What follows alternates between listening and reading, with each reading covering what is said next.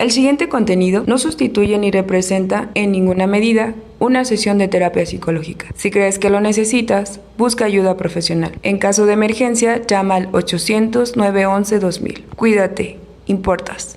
La voluntad es algo que está muy de moda, aunque no se use la palabra como tal, pero bueno, se dicen cosas como de que hay muchos millonarios que iniciaron trabajando en una cochera, por ejemplo, ¿no? Entonces que le echaron ganas, fue su voluntad, fue su empeño, fue su visión, tenían confianza en sí mismos y el universo conspiró junto con ellos para que lograran los resultados que ahora nos muestran. Estás en Psicología y Salud, un canal de difusión, y hoy vamos a hablar acerca de un tema que me parece súper importante, que es cómo aumentar tu voluntad.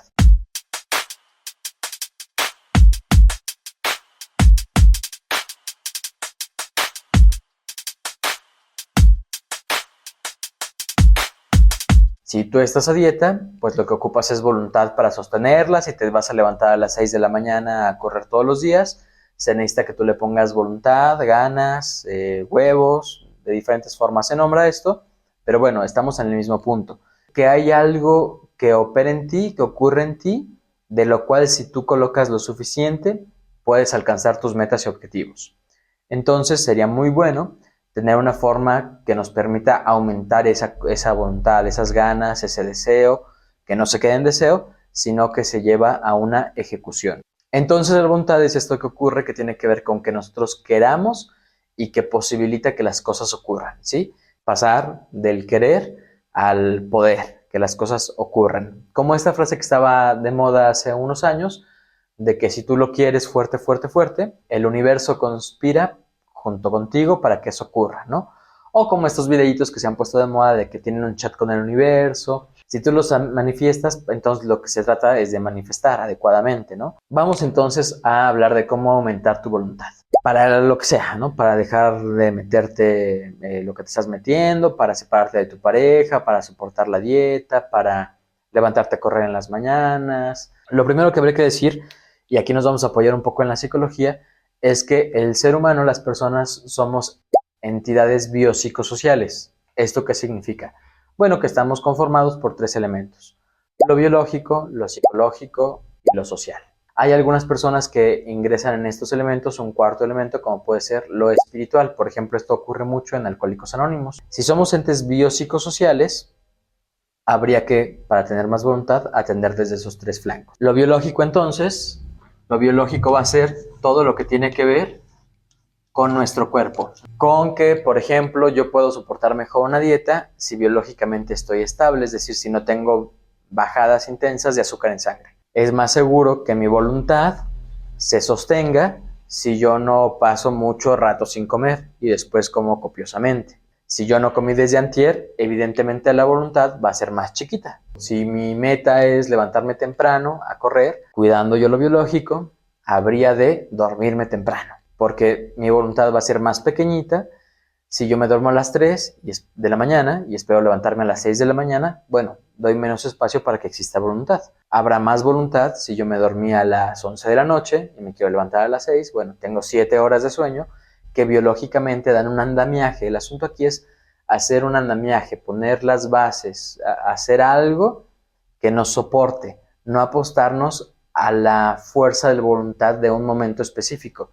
La voluntad no consiste en los 5 segundos que ocurren desde que la alarma de mi celular suena a que yo o me levanto y digo, este va a ser un gran día, o que digo, 5 minutos más y la apago. No, la voluntad tendría que ver con que generemos todo este proceso que nos permite soportar de una mejor manera los deseos que tenemos. Si, por ejemplo, yo voy a dejar de consumir ciertas sustancias, bueno, una forma de soportar la voluntad ahí, desde lo biológico, que seguimos en este punto, tendría que ver con probablemente acudir a un servicio médico y decirle esto, ¿no? Oiga, yo voy a dejar estoy consumiendo cristal y quiero dejar de consumir cristal, pero me siento muy de la verga cuando dejo de meterme cristal. Entonces lo que necesito es saber si usted puede apoyarme con algún medicamento que no sea controlado, ¿no? Que seguramente el médico ya lo habrá pensado, pero bueno, con un medicamento que no pueda provocarme dependencia, pero que ayude a que mi síndrome de abstinencia, la malilla, este malestar por el cese de consumo, sea menos intenso. Esa es una forma de ayudarle a la voluntad. ¿Por qué? Porque, por ejemplo, está demostradísimo que entre más intenso sea el malestar por el cese del consumo, es más probable que el periodo de cese de consumo, que estemos sobrios durante menos tiempo. Si yo tengo un periodo mucho más llevadero de síndrome de abstinencia, es decir, la malilla es menos intensa, es probable que el tiempo que yo dure sin consumo sea bastante más largo. Voy a ir ahora sobre lo social. Desde lo social es muy importante y a veces lo infravaloramos, ¿sí? Decimos, es que somos personas sociales, las personas somos entes sociales, somos seres vivos sociales. ¿Esto qué significa? Bueno, que nos relacionamos con otros, pero que esto es necesario. No es que yo me relaciono con otros porque quiero, ¿no? Porque a lo mejor no me cae bien la gente, pero la necesito. ¿Por qué? Bueno, porque hay condiciones materiales en mi existencia. Yo no puedo criar a la vaca para comer carne, no puedo sembrar el campo para comer vegetales, no puedo hilar mi ropa, ¿sí? O sea, no nos da, la vida no nos da para poder sostenerla solos. Necesitamos de otros. Hay una leyenda de que un rey, no me acuerdo si fue Salomón o quién, se hizo la pregunta de, a ver, ¿cuál será el idioma primero del ser humano? ¿Qué es lo que nosotros hablaríamos? Bueno, lo que pasa es que como que la idea básica es, si a los bebés no se les habla, se mueren. Porque aunque esté lo biológico, aunque se les limpie si están sucios, aunque se coloque esto, si no se da esta otra interacción, pues bueno, lo que ocurre es que la vida se apaga. Ocurre, por ejemplo, ahora con esta onda de la Red Pill, con estos machos alfas, con estos sigmas. En buena medida lo que pasa es que son adolescentes o adultos jóvenes en este momento, 2024, que vieron trastocada por la pandemia su capacidad de socialización. ¿Por qué? Porque cuando iban a estar en la secundaria, que es lo regularmente los años de la vida, ¿no? La adolescencia media, ¿no? De los 12 a los 17 vamos a imaginar, que es cuando uno va a las fiestas de 15 años en México, que es cuando uno empieza con la primera novia, que es cuando uno platica con los amigos, oye, fulanita me dijo esto, cómo le digo aquello, cómo aprendo a bailar, cuando uno está en esa época de aprender a socializar de una forma distinta con las personas del otro sexo o del mismo sexo, pero en términos de una relación amorosa o romántica, pues esa parte de la pandemia se las jodió. Les jodió eso y ahora hay vendehumos como el Temach o como otros que les dicen lo que les habrían dicho los amigos de la cuadra jugando fútbol, porque esa oportunidad se la robó la pandemia y entonces las habilidades sociales que se hubieran desarrollado en esa época de la vida no se desarrollaron. Los mensajes que socialmente hubieran aprendido a descifrar en ese momento, pues no los aprendieron a descifrar porque no les llegaron. ¿Cómo puedo yo generar ese andamiaje social? Si yo voy a dejar de meterme crico, pues probablemente una buena idea desde lo social sea no estar juntándome con los güeyes que me junto a meterme crico. ¿Por qué? Porque yo puedo tener mi idea de que mi compa es muy mi compa y que seguramente me va a respaldar, que es mi carnalazo, que yo tengo huevos como para poder estar ahí en la bolita y no consumir, pero es estar rascándole los huevos al tigre. Probablemente me convenga juntarme con personas que han atravesado por situaciones similares, a lo mejor en un grupo de AA, que eso es social. Si está en mis posibilidades cambiarme de barrio a un barrio diferente, ¿sí? Está en mis posibilidades a lo mejor acudir a un centro de internamiento que no tiene que ser Oceánica o Montefénix si no me da la cartera, pero a lo mejor un centro de internamiento de media luz, que yo pueda estar ahí, pueda estar con personas que no están consumiendo, que están enfocadas en dejar de consumir y que yo pueda seguir haciendo mi vida, ¿sí? Que no sea un anexo, que no tenga yo que quedar enclaustrado o encerrado, sino que yo puedo tener mi trabajo, ciertas cosas y acudir ahí a dormir nada más. Puedo, por ejemplo, avisarle a mis amigos si estoy dejando el tabaco, que ya voy a dejar el tabaco y entonces que ya por favor no me ofrezcan, ¿no? Se le va a olvidar probablemente algunas veces, pero bueno, ya le dije, entonces es un pasito más. O puedo compartir con mis amigos, ¿saben qué? Estoy buscando tal meta, si alguien de ustedes sabe o conoce a alguien que ya lo hizo, pues háganme paro, contáctenme para preguntarle cómo es que lo hizo. Ahora sí vamos con la parte de los psico, ¿no? Los psico, esta es la letra psique, es una letra griega. La parte psíquica que tiene que ver con qué quieres. Y aquí el asunto en buena medida tiene que ver con por qué quieres lo que quieres. Pensándolo respecto de ti. Porque desde afuera es muy obvio, ¿no? Sería como, pues ¿cómo no va a querer sentirme bien si dejo las drogas?